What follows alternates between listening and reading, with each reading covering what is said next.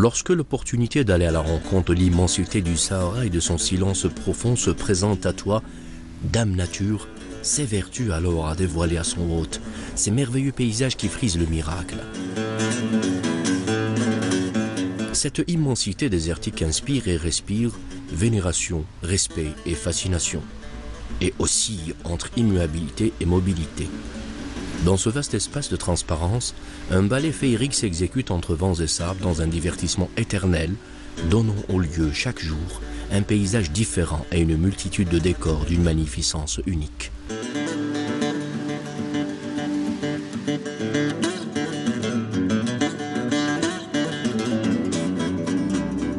Sur les terres éparpillées qui accueillent Ouargla, les sables recèlent dans leur tréfonds des légendes et événements historiques dont les pages de ce manuscrit lointain relatent quelques péripéties d'une ville ancienne et qui demeure encore celle-là même qui fut dénommée Sedrata.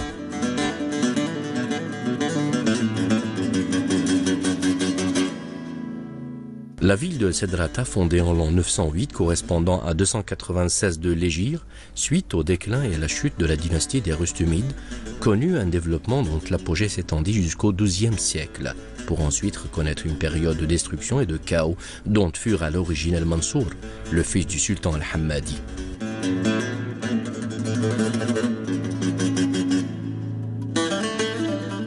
En 1274, Yahya ben Ghania signa le déclin irréversible de cette ville séculaire. Quelques vestiges de ce qui fut cette ville émergent çà et là, mais la grande partie fut ensevelie et enterrée sous des tonnes de sable. Mais dans l'impossibilité de localiser l'emplacement du reste de la ville au vu de la topographie singulière de la région, quelques opérations de fouilles ne permirent malheureusement pas de mettre au jour l'essentiel de son urbanisme. Mais en attendant, cette ville historique se terre quelque part, emportant avec elle ses mystères et ses secrets. Le prestigieux musée de Ouargla, qui représente un monument national classé, abrite quelques reliques de l'antique Sedrata et la beauté de son architecture pérennisée grâce à différentes photos prises de la vieille ville avant sa disparition. Le musée communal de Ouargla, appelé aussi Sahraoui, créé en 1938, connaît une grande affluence de visiteurs qui apprennent à découvrir l'environnement sahraoui dans sa globalité. Au niveau des 4 niveaux qui composent ce musée, on découvre tous les aspects historiques, naturels et sociaux qui décrivent le Sahara. La première salle, dénommée salle Sedrata en référence à la multitude de reliques relatives à cette ville, abrite des pièces et outils en pierre, ainsi que la pierre taillée datant de la période préhistorique et découverte dans la région sud-est. Cette période correspond à l'étape primaire des différentes époques qui se sont succédées dans la ville de Ouargla. Ces vestiges font de Ouargla l'une des plus anciennes villes du Grand Sud algérien. En effet, la découverte de gravures rupestres, de traces de matières minérales et de pointes de flèches dans les localités de Mellaha et Sidi Khouiled, ainsi que du silex taillé à Ouadrir, indiquent que cette région fut une zone habitée dans les temps très lointains. Cela fut confirmé notamment par le docteur Trécol et son équipe de chercheurs.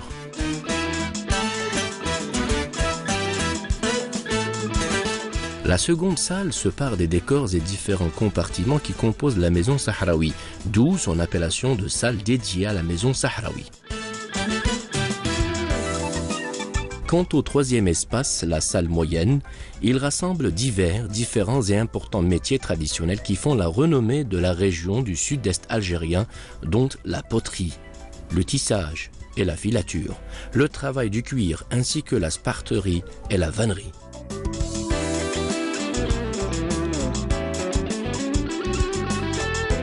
Depuis la nuit des temps, les jeunes prodiges ouarglis excellent dans l'art du filage et du tissage.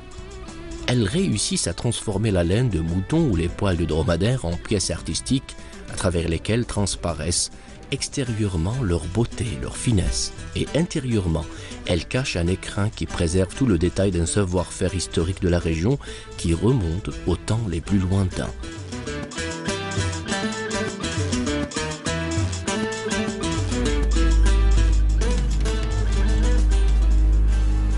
Une histoire qui s'exprime à chaque coin et recoin de la région et qui se décline dans un langage universel qui narre la légende de cette contrée mythique.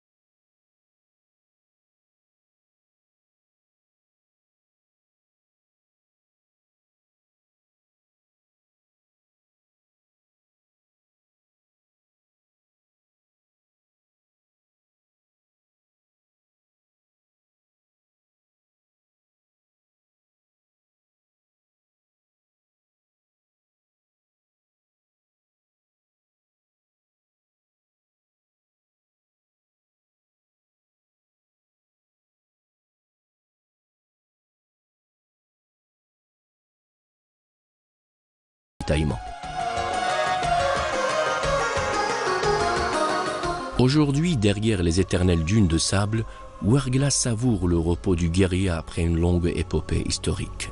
Elle semble devenir une ville de légende, façonnée par un incessant bal de sable, ou alors le résultat d'une intervention divine pour parfaire un exceptionnel décor naturel.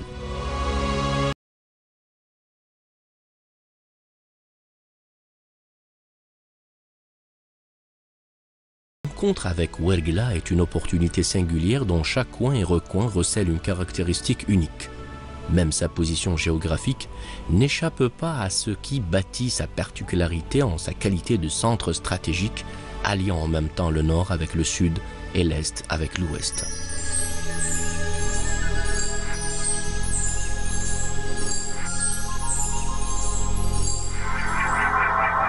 La wilaya de Ouargla occupe la partie sud-est de l'Algérie à près de 843 km de la capitale Alger et s'étend sur une superficie de près de 163 230 km². Elle est limitée au nord par les wilayas de Djelfa et El Oued, à l'ouest par la wilaya de Gardaya, au sud par les wilayas de Tamanrasset et d'Ilizi et à l'est par la République tunisienne.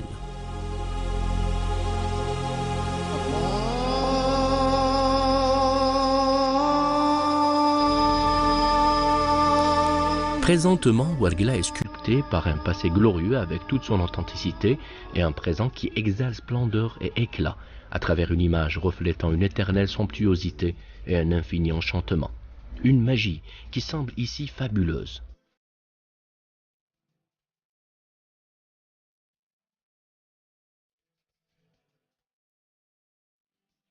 De toutes parts où tu te trouves à Ouargla, tu as l'heureuse opportunité d'admirer un merveilleux lever du soleil. Il te suffit pour cela de te réveiller au crépuscule du matin pour vivre un moment d'exception. Ce sont des moments d'unitarisme et d'invocation, des instants d'émerveillement et de miracle et un chant paradisiaque entonné par l'astre soleil pour flatter cieux et terre.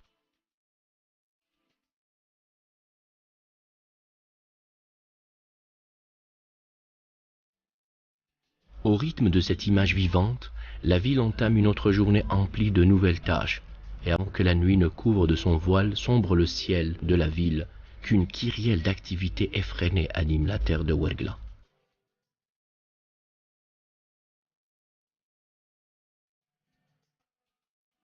Depuis les temps les plus reculés, la région de Ouargla avait acquis une réputation de ville commerciale et commerçante. De nombreux historiens et géographes évoquèrent cette notoriété, et parmi eux le géographe arabe Al-Hassan ben Mohammed el-Wazzan, dit Léon l'Africain. Elle fut la destination préférée des commerçants étrangers. Présentement, cette particularité économique s'incrusta davantage et connut une consolidation inébranlable, confortée en cela grâce à l'entrée de plain-pied de Ouargla dans l'ère de la modernité à la faveur de la densification de son réseau routier, que ce soit les routes communales, wilayales ou nationales, ainsi que ses 3 aéroports d'envergure nationale et internationale. La nouvelle ville de Ouargla exhale grâce et éclat, rassemblant en même temps passé et présent, ainsi que authenticité et contemporanéité.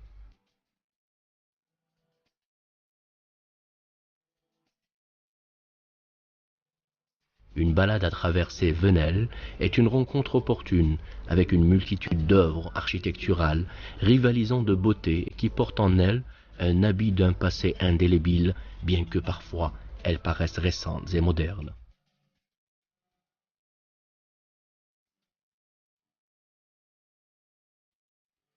À chaque halte de ce voyage spatio-temporel dans la mémoire de Ouargla, il t'est offert l'opportunité d'apprécier tout ce que cette ville renferme de précieux, de noble et de racé.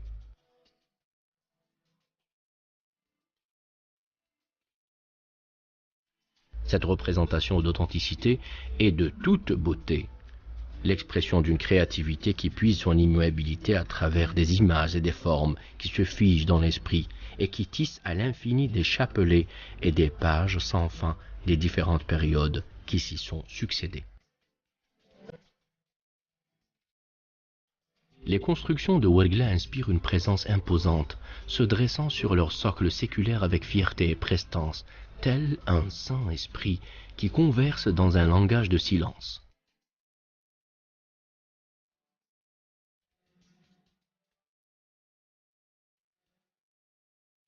L'université de Ouargla, bien que de construction récente et recelant des aspects de modernité, n'en demeure pas moins un ensemble indissociable de l'urbanisme d'inspiration sahraoui. Ses arcades et coupoles dessinent les contours de ses façades, telle cette femme ouargli qui se pare de ses bijoux traditionnels. En adoptant le même style architectural, la nouvelle ville de Ouargla émergea de la terre tel le phénix qui renaît de ses cendres. Ce grandiose projet de la fondation de cette nouvelle ville entre dans le cadre du programme national qui vise la modernisation des villes et le développement des zones urbanistiques.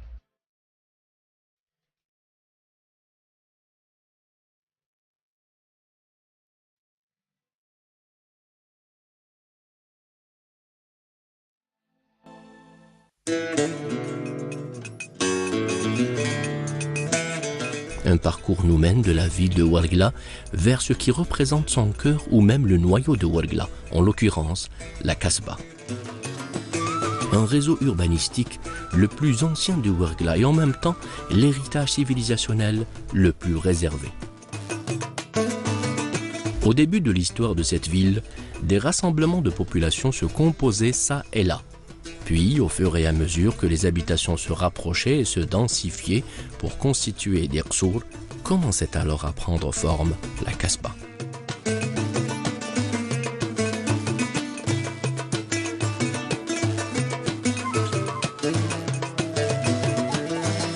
Cet antique ensemble architectural a su défier les aléas du climat et résister à l'usure du temps qui passe pour se dresser tel un témoin vivant et éternel, dont l'histoire de cette civilisation révolue qu'il avait fondée se relaie à l'infini d'une génération à une autre.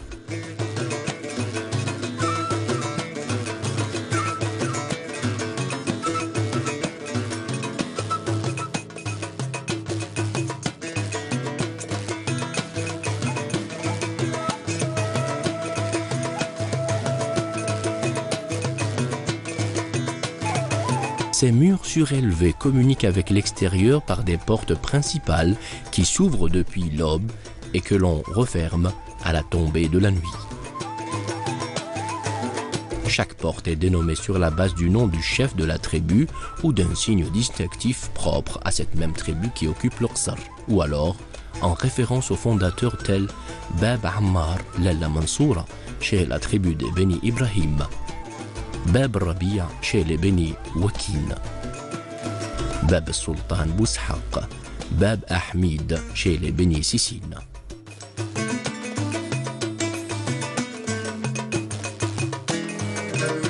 En fait, ce style architectural répond à une nécessité sociale qui puise ses fondements dans la société ouargli à travers la préservation de la pudeur, de la chasteté et de la décence.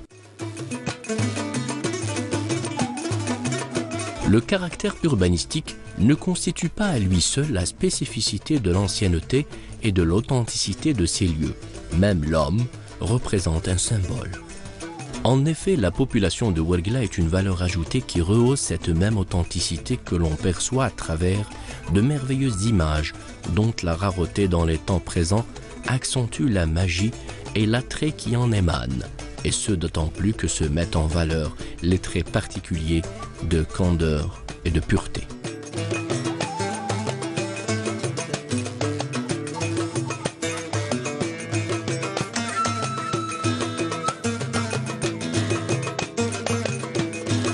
La Kasbah de Ouargla a récemment bénéficié d'une vaste opération de restauration dont la finalité est la préservation du cachet architectural authentique qui représente un précieux héritage historique.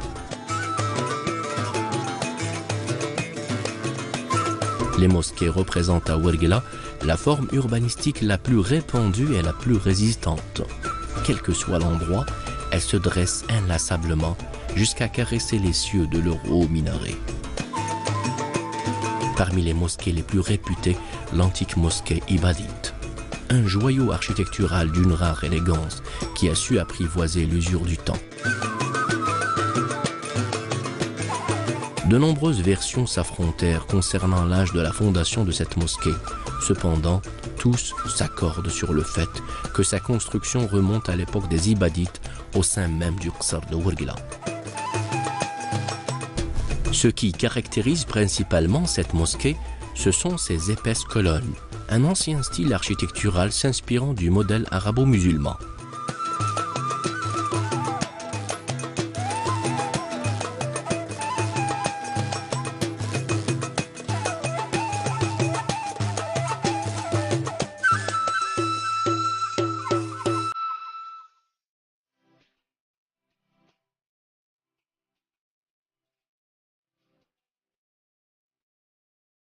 En traversant les cohortes de palmiers, de nombreux vestiges sont éparpillés, des reliques dont l'histoire a gratifié la région pour lui donner l'opportunité de narrer beaucoup de choses sur le passé. Celui de Ouargla et de ses racines profondes, aux côtés du passé également de Ouadrir et de Ouadmiya. Dans ses récits, Hassan el-Wazzan rapporta que Ouargla était une antique ville fondée par les Numides en plein Sahara de la Numidie. Alors que pour Ibrahim el-Awamr, Ouargla était une région occupée depuis les temps les plus reculés par une population de Berbères. Cependant, les diverses versions qui alimentent le thème de l'origine de ces vestiges urbanistiques et reliques archéologiques, plus connus sous la dénomination de Qsour, actuellement désertés, les rattachent à une tribu issue d'une branche des Zenata, en l'occurrence la tribu des Beni Ouargla, dont s'inspire l'appellation de la région.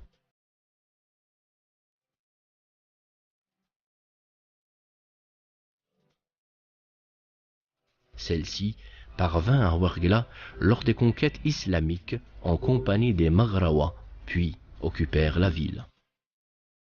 Ce paysage représente l'emplacement du Qsar Toumiyat dans la région de Taïbat. Le choix de l'endroit fut la première étape dans l'édification de ces Qsour. Les cimetières représentent un élément essentiel et fondamental dans la structure d'un Qsar. Parfois, ces lieux se trouvent à l'intérieur des Qsour, parfois à l'extérieur.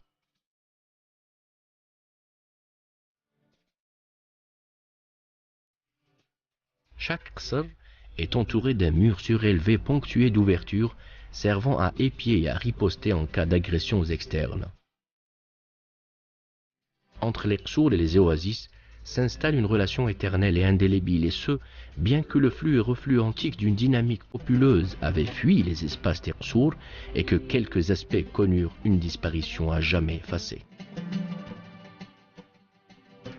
Ils occupent généralement des positions à proximité des oasis, riches en eau et en palmiers. Au Qsar al-Hadjira se dresse ce minaret qui, depuis des siècles, demeure ce témoin vivant qui lutta sans discontinuer contre l'agression du temps qui ne cesse de défiler. Il se dresse tel le gardien des lieux et représente l'écrin qui renferme et qui garde jalousement un pan entier de l'histoire de la région.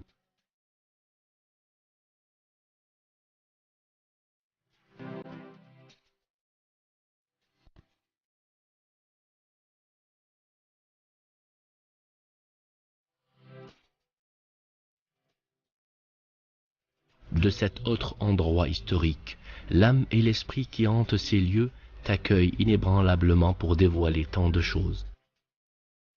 Il s'agit de l'école coranique rattachée à la Zaouia Tijaniya de la localité d'Al-Hajira.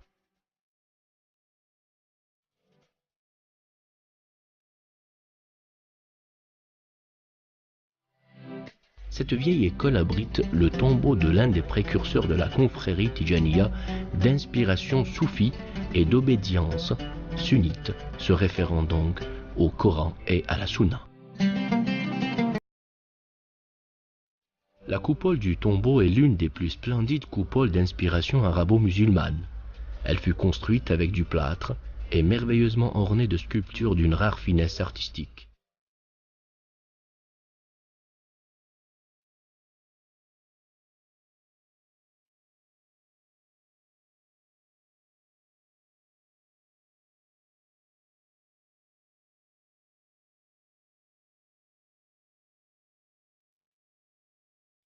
Ici, nous installons notre campement pour prospecter les tréfonds d'une partie du mode de vie de la population de Ouargla.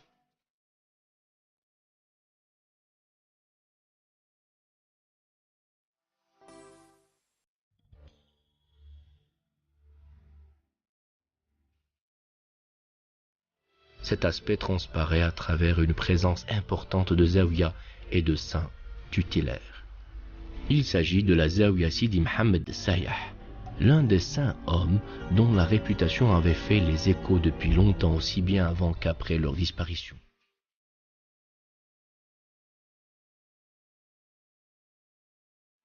Il se déplaça de Tlemcen à Fès, puis à Louarsenis, ainsi qu'à Oued Mizab et enfin à Djellala, ancienne ville de Omar. Durant son périple, il ne cessa de professer et de faire apprendre le Coran. À quelques mètres à l'est du tombeau se trouve l'endroit même où ce saint se consacra aux prières et dévotions. Il s'agit d'un trou sous terre connu sous l'appellation El Khalwa. Ce refuge souterrain exhale encore les senteurs des effluves de l'ancienne époque. Cet homme fut connu pour sa religion, sa piété et sa dévotion.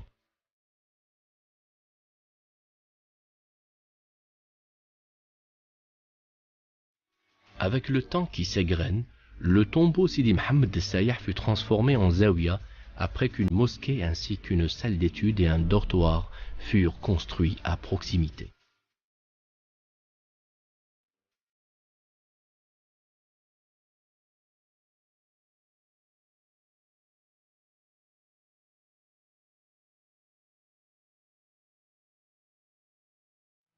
Depuis lors, nombre d'étudiants s'y rendaient pour acquérir le savoir. Par ailleurs, ces lieux saints connaissent une affluence massive de visiteurs venant des quatre coins de la wilaya et même des étrangers, notamment lors des festivités et événements religieux qu'organise cette zawiya.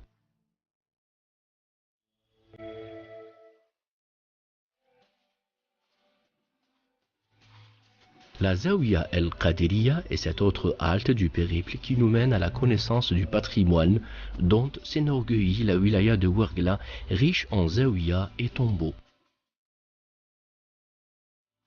La Zawiya el-Qadiriya fut fondée en 1868 par le cheikh Hassani Mohammed Tayyib ben Brahim ben Ahmed Sharif.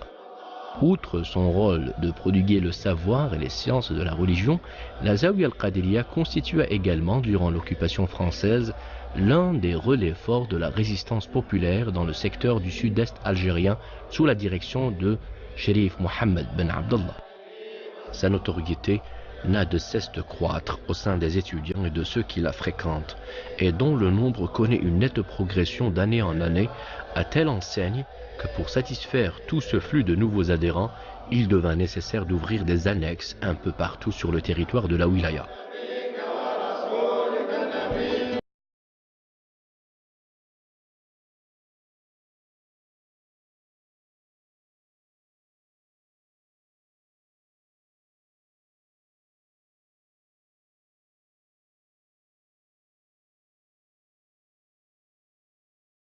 Un héritage de valeurs ayant nécessité de modestes moyens, mais en même temps ayant assuré aux réalisations une éternité et aux exécutants une postérité.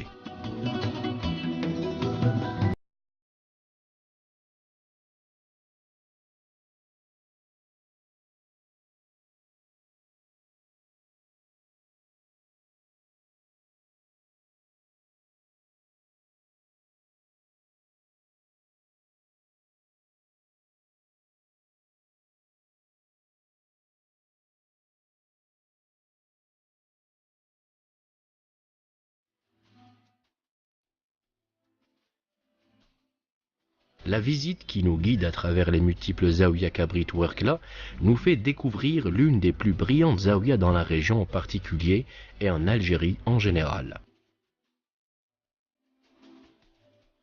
Il s'agit en l'occurrence de la Zawiya el-Tijaniya, que les spécialistes en la matière classent comme étant la plus grande zawiya de la confrérie Tijaniya à l'échelle internationale, et ce, au vu du rôle majeur qu'elle joue à travers les aspects spirituels, religieux, culturels et civilisationnels. La Zawiya Tijaniya à Timassine fut fondée en 1805, correspondant à 1220 de l'hégire par Sidi el-Hajj Ali et-Timassini, conformément aux recommandations de son grand maître, le précurseur de la confrérie Tijaniya, le cheikh Sidi Ahmed Aboul Abbas ben Mohammed Tijani. Le style architectural de la Zawiya est d'une extrême beauté et élégance, aussi bien à l'intérieur qu'à l'extérieur de l'édifice.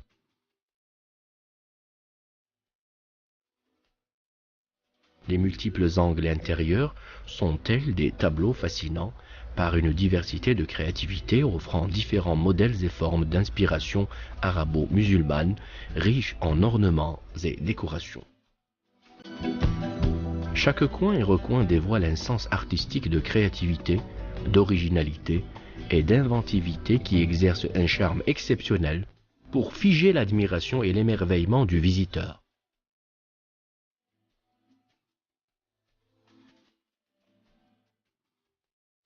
Cette merveilleuse composition architecturale faite d'arcades et de colonnes est l'école coranique rattachée à la Zawiya qui a de nouveau ouvert ses portes en l'an 2000 après de vastes travaux de restauration. Les murs de la salle d'accueil arborent des portraits de nombreux chouyours qui se sont succédés à la tête de la Zawiya Tijaniya de Timassine et dont on peut citer Sidi Mohammed al-Aïd al-Awwal, Sidi Ma'ammar, Sidi Mohammed al-Bashir al-Tijani et Sidi Mohammed al-Aïd al-Tijani al-Timassini. À proximité de cette salle se trouve le tombeau du Cheikh al-Imam al-Hajj Ali al-Timassini, né à Ouargla en 1766 et fondateur de la Zawiya Tijaniya à Timassine. Le Cheikh Sidi al-Hajj Ali Timassini fut connu pour sa modestie, sa simplicité et sa candeur. Ses qualités humaines furent à l'origine de son surnom du grand calife. À son sujet, le fondateur de la confrérie Tijaniya, le Cheikh Tijani, déclara « Où peut-on trouver pareil à Timassini ?» Al-Timassini, que le Tout-Puissant lui accorde toute sa miséricorde, poursuivit sans relâche sa mission qui consista à prêcher le savoir, le travail et la dévotion en appliquant une devise qui lui fut chère, à savoir Al-Luiha, Al-Msiha et Al-Sbiha. Il mourut en 1844.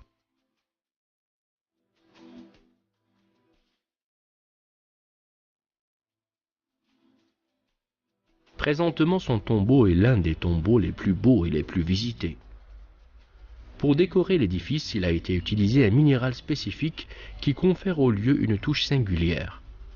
Les processus utilisés pour ce minéral différaient pour décorer ce lieu, que ce soit pour les sculptures en relief représentant des expressions en arabe ou pour les diverses formes architecturales de toute beauté. Cette composition artistique fait planer le visiteur entre la magie de la créativité et la finesse de l'exécution.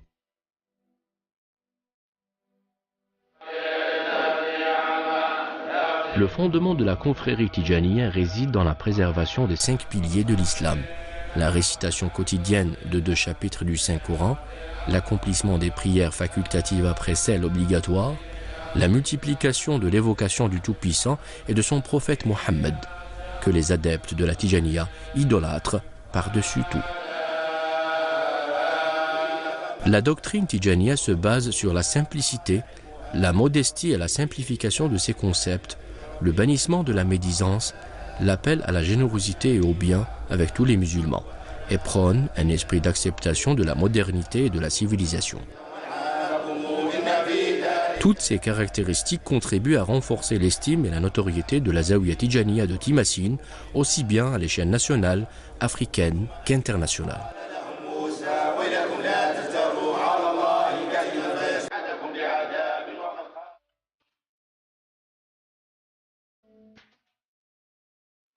En transitant par Ouadrire, une escale à Tougourt s'impose. La visite de cette dernière ne peut s'accomplir sans au préalable se rendre au cimetière des chouyours des Beni Djellab. Ce cimetière abrite les dépouilles des sultans de la tribu des Beni Djellab qui s'établirent dans la région de Tougourt à l'orée du XVIe siècle. Leur règne dans cette contrée dura plus de 4 siècles. Parmi les sultans enterrés dans ce cimetière, Al-Hajj Sliman al-Marrini al-Djellab et le Cheikh Sliman ben Ali al-Kbir, qui fut le dernier sultan des Beni Djellab.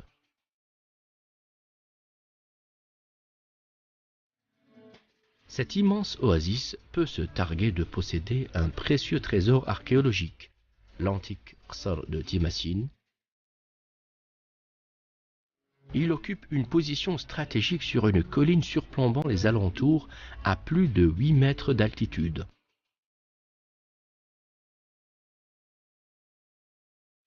Au cœur de l'antique Qasr de Timassine se dresse un joyau historique de valeur. C'est la mosquée à la coupole verte. Cette mosquée fut fondée en 1204 par le saint tutélaire Sidi al-Hajj Ali ben al-Hajj Isa. Timassine tire sa réputation de ses antiques mosquées qui représentent un patrimoine civilisationnel et historique. Les matériaux utilisés pour la construction des mosquées en particulier et du tissu urbanistique en général sont d'origine locale, tels le plâtre, la pierre dure, les troncs de palmiers et les branchages de quelques arbres. non loin du Qsar, se trouve également une autre mosquée historique, la mosquée au minaret relictuel. D'une hauteur de 21 mètres, le minaret historique de cette mosquée est un ouvrage à valeur patrimoniale. La construction de ce minaret fut confiée par son fondateur, Al-Hajj Mohammed Al-Maghraoui, au bâtisseur Mohammed Al-Fassi Al-Maghribi. Les travaux commencèrent en 1192 et s'achevèrent en 1196.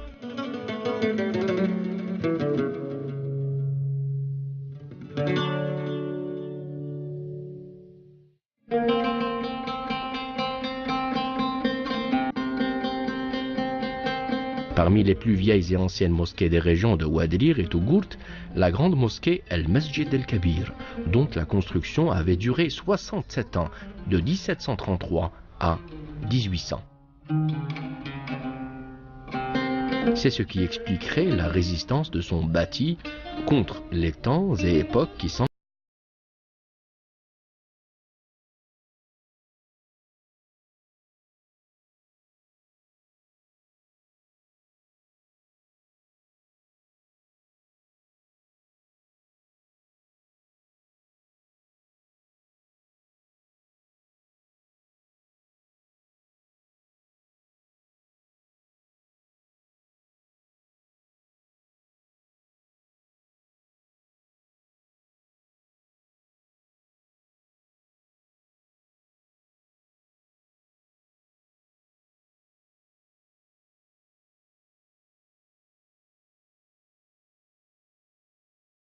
à la décoration de cette mosquée, Al-Sheikh Ibrahim Al-Jallab dut faire appel au savoir-faire et à la dextérité de bâtisseurs et sculpteurs venus de Tunisie et de Ouatchou.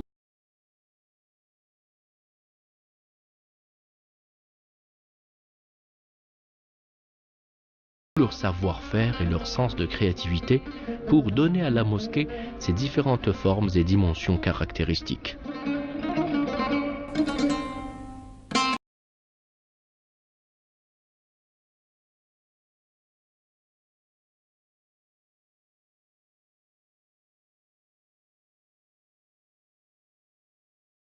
Mosquée, ainsi que les éléments supérieurs du mur pour générer un enchantant hymne à la beauté qui fit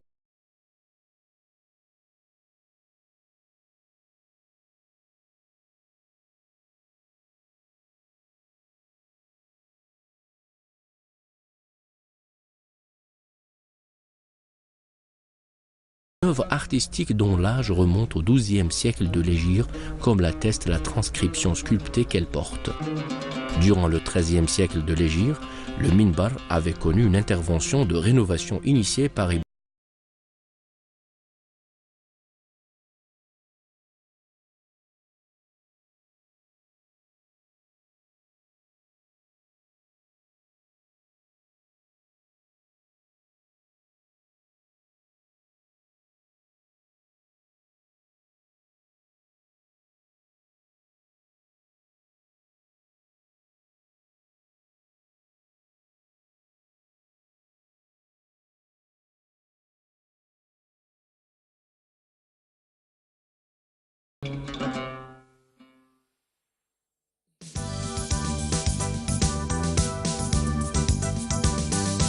La place de la Liberté de Tougourt est également un lieu historique. Durant l'occupation française, cette même place portait l'appellation place Citroën en référence à la stèle qui était érigée en hommage à l'expédition organisée par les autorités françaises et dont le but principal visait l'expansion colonialiste dans le Grand Sud algérien.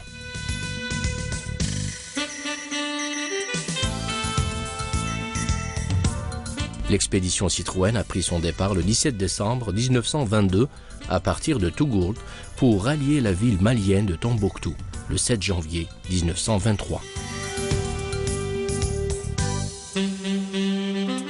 Grâce à cette initiative, le courrier a été distribué pour la première fois dans ces régions inexplorées et inaccessibles, dont le parcours a dépassé les 3500 km.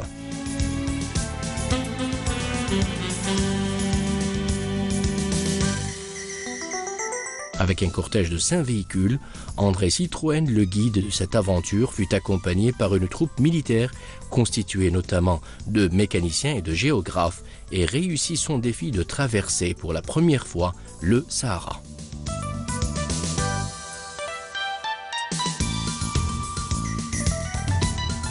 Cette stèle est formée de 3 faces différentes affichant 3 personnages représentant l'Algérie, le Hogar et le Soudan.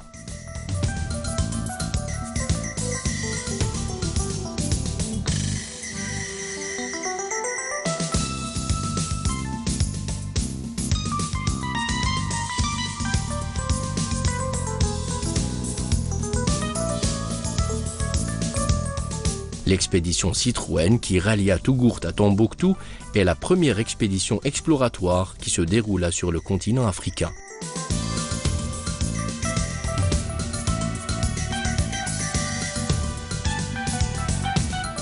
De ce lieu, la gare ferroviaire de Tougourt démarrèrent, durant de longues années, de nombreuses campagnes expéditionnaires.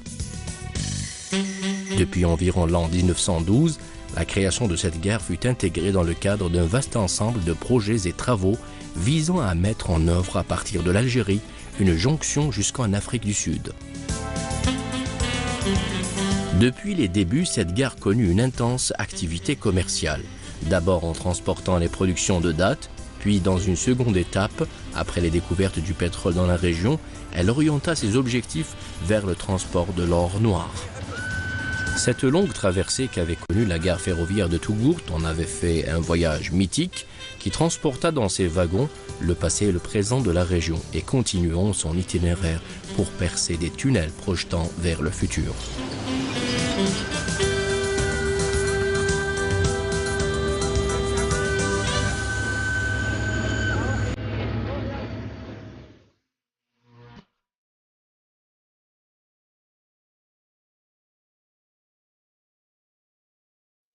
Le long du Grand Erg oriental, il est loisible aux Kidam d'être transporté dans un voyage inouï à travers les géantes dunes du Sahara, une découverte suscitant émerveillement et enchantement.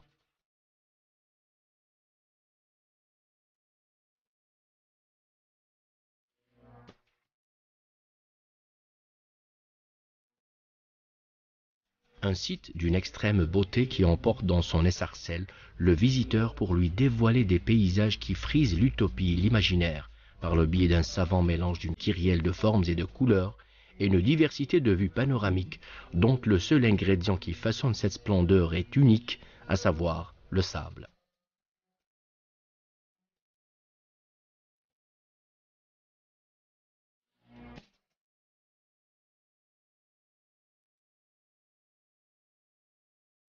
Chaque aspect de ce monde qui nous renvoie le Sahara traduit en fait la grandeur et l'excellence éternelle.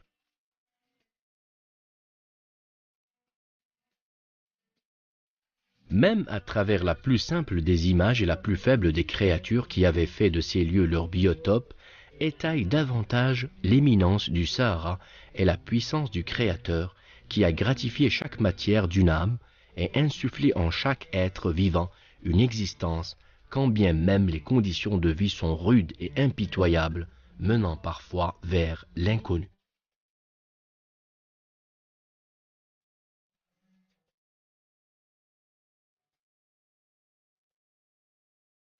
Tout ce qui brille sous le soleil de Ouargla représente une fortune et un trésor. Tout ce qui fleurit et fructifie ne saurait l'être sans cette richesse d'eau qui se trouve à profusion.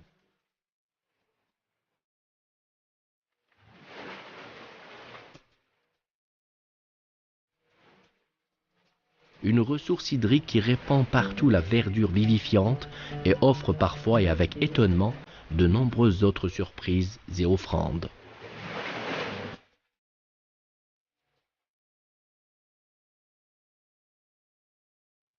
Cette richesse en eau se confond notamment avec les nombreux lacs qu'abrite la wilaya de Ouargla.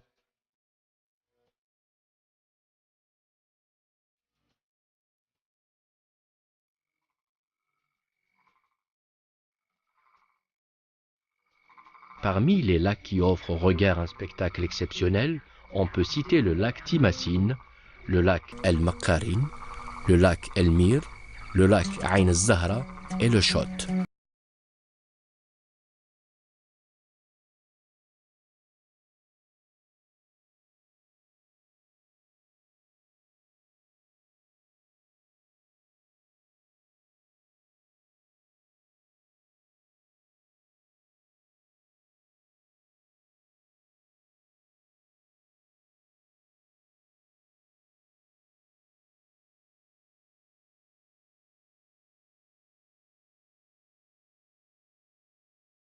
Outre l'aspect esthétique que recèlent ces lacs, ils représentent aussi des milieux d'une extrême importance environnementale.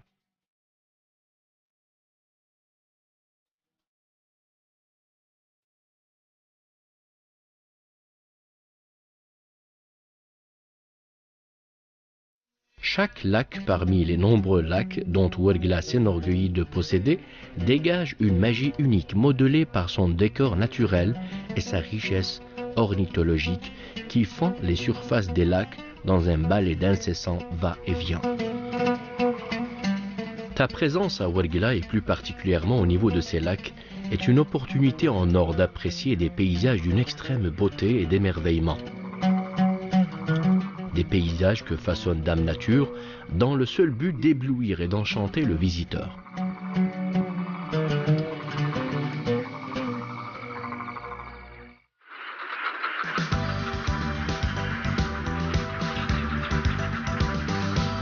Cette étonnante toile artistique est dessinée par le flamant rose en se servant d'outils représentés par son aspect singulier et ses couleurs chatoyantes.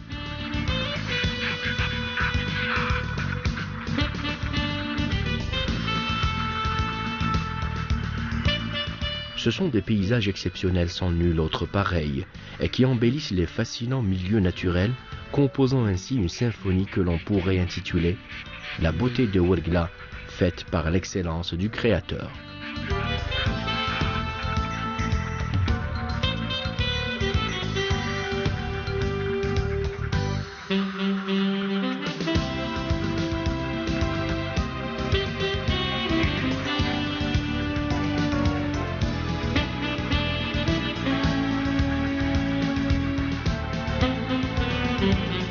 Sous les airs et gazouillis de ces oiseaux, le visiteur est accueilli par la splendeur de Ouargla et la magie de son balai attrayant. Le secret de cet attrait irrésistible et de ce sortilège qu'on ne peut rompre réside dans cette synergie et coordination parfaite qui se crée dans une union harmonieuse entre ces délicates et douces créatures et ce grandiose décor divin.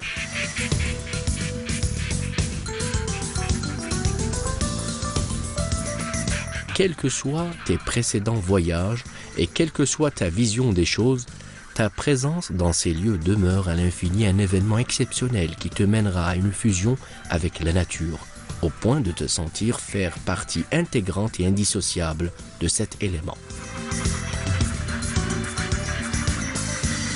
Tu parcours tous ces coins et recoins sans limite et sans lien dans un enchevêtrement d'itinéraires magiques sans commencement et sans fin. L'effet de surprise est le seul maître des lieux et de cette ambiance.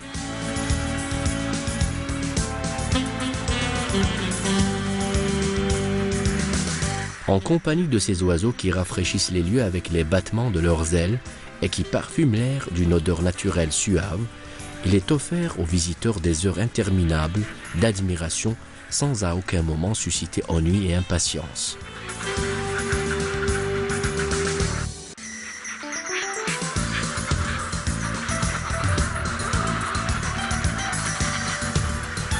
Ces merveilleuses créatures exécutent en plein ciel un défilé d'émerveillement et d'une rare élégance. Cette parade digne du célèbre ballet, le lac des cygnes, semble défier le visiteur, ou peut-être même les heures de la journée qui s'égrènent.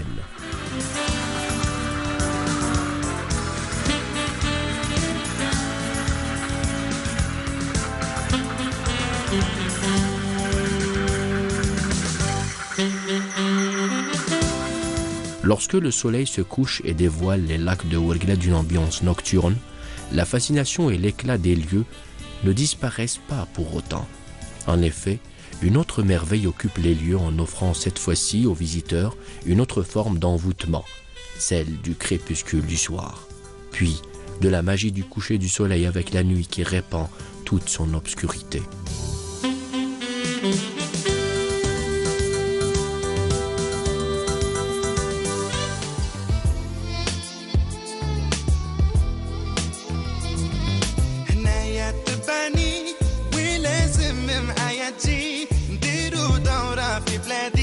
Sous le ciel de l'Algérie, et elle est viens profiter du soleil, واحد شوف هاد la merveille.